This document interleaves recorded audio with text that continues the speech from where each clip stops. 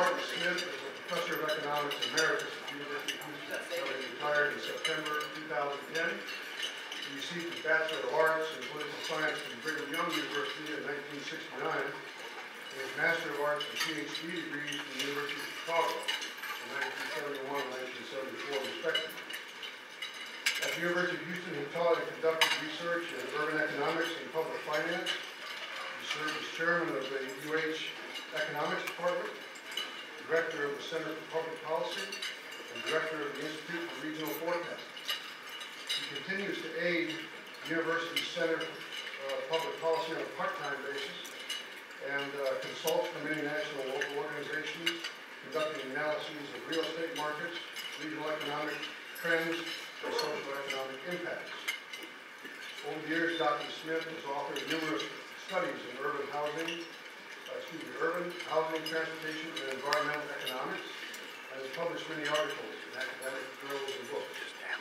He gained national and local recognition for his analysis of the Houston economy and real estate markets in the 1980s, a reputation that has continued to grow since. He wrote the Center's Handbook on the Houston Economy and now publishes quarter national newsletters for prominent real estate research advisory firms. Dr. Smith remains a highly sought-after speaker by both profit and non-profit organizations from coast to coast, and though in retirement, he does make presentations but restricts them to no more than 2 or 3 per month. So we are privileged to have Dr. Barton Smith speak to us today. Enjoy it and give him a great welcome.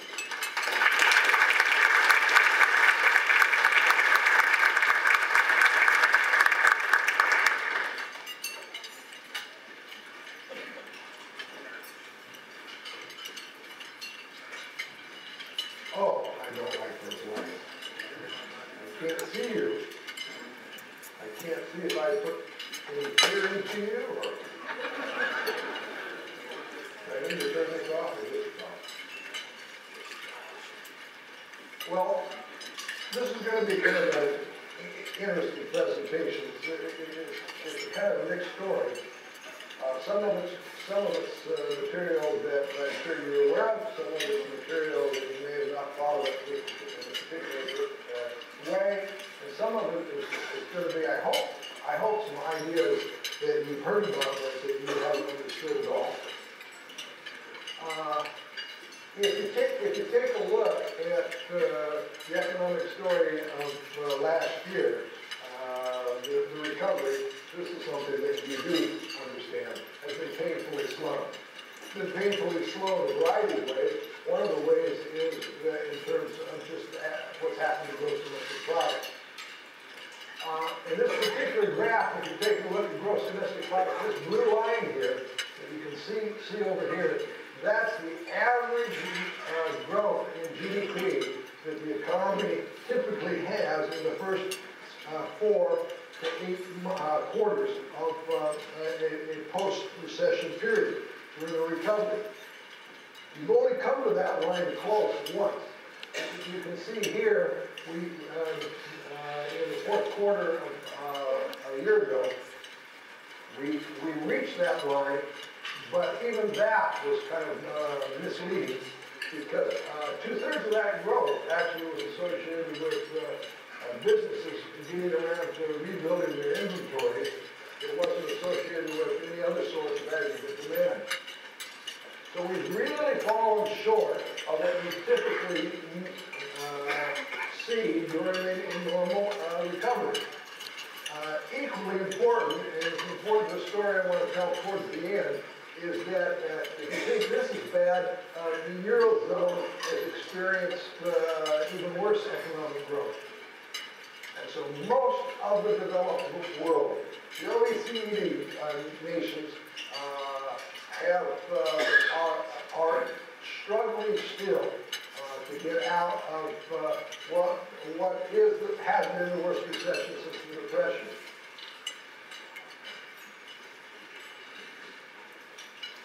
What everybody says, what the political buzzword is today is jobs.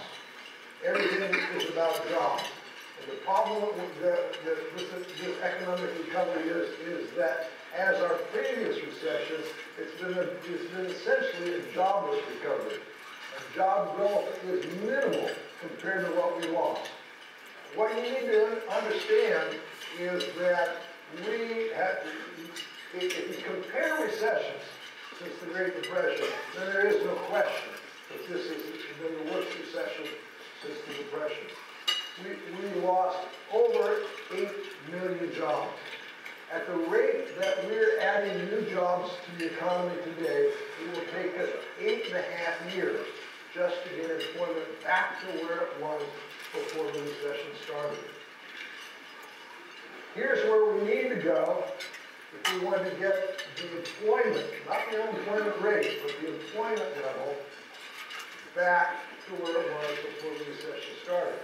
Understand that not only have we lost 8 million jobs, but we've added to the labor force a couple of million more people that want to work.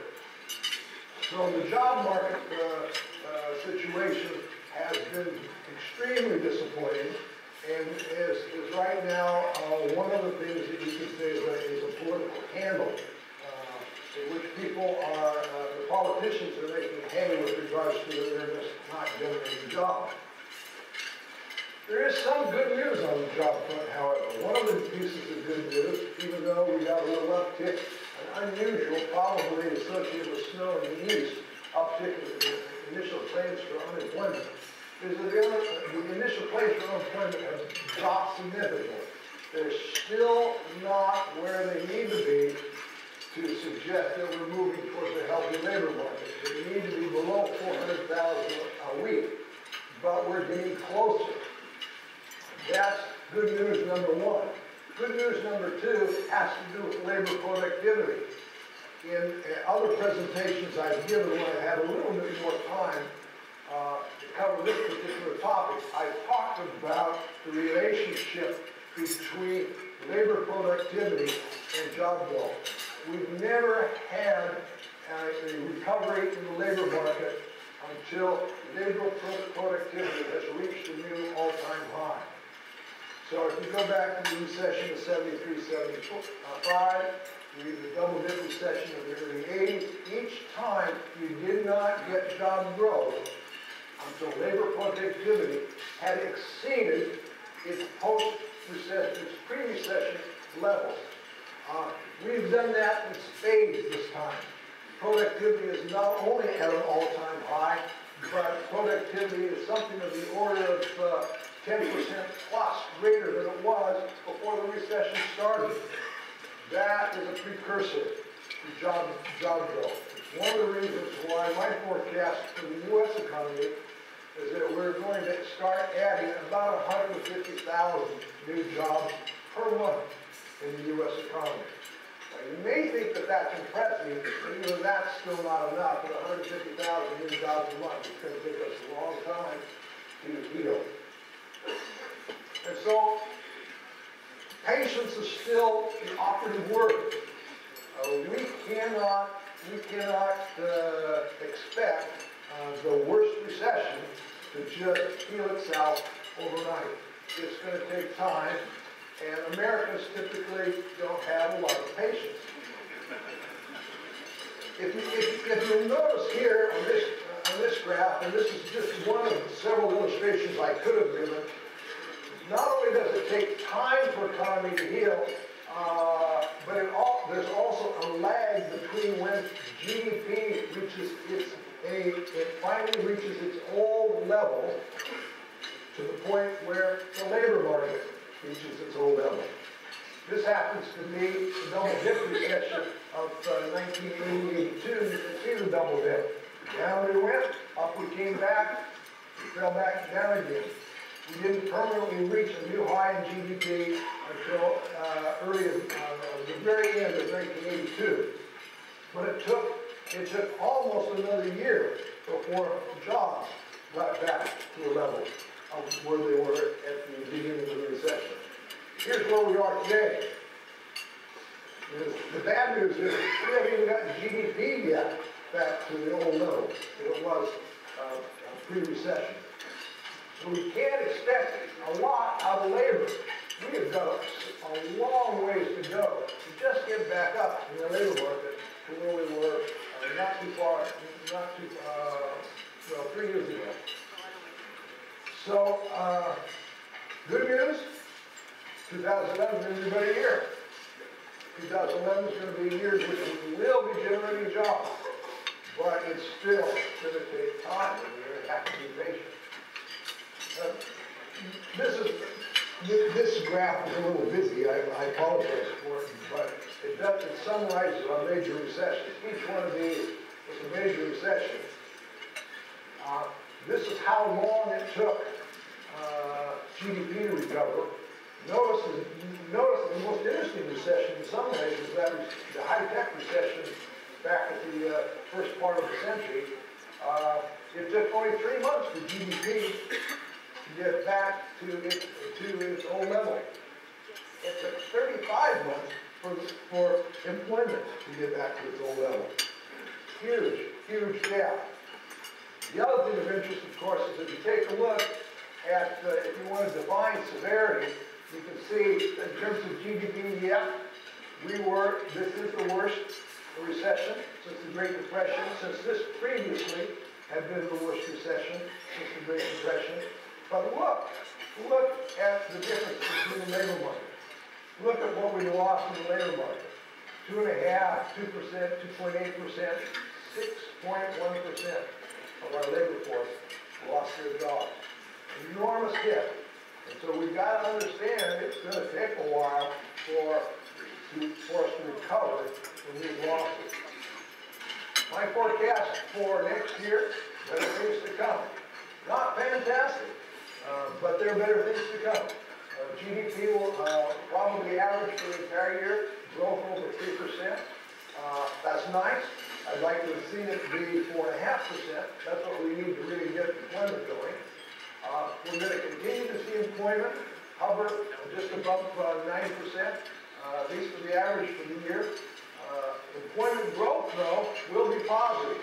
The problem is the frustration that the Obama administration is going to have anyway during 2011 is that we're going to have job growth, but still high unemployment.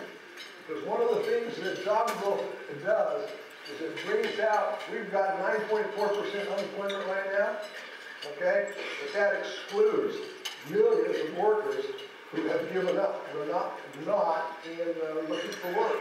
And hence, they're not included in the unemployment.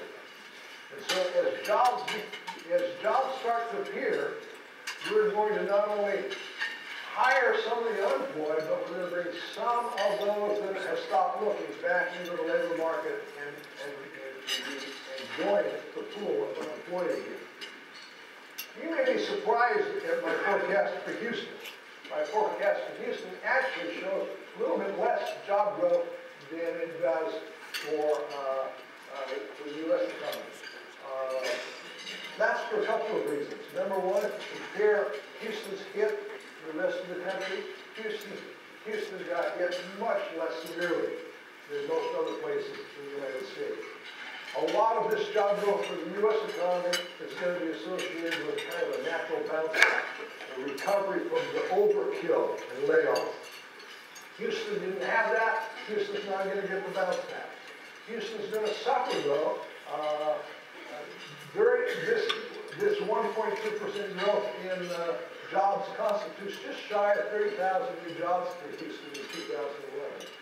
But it's going to be a year in which not all sectors experience job growth.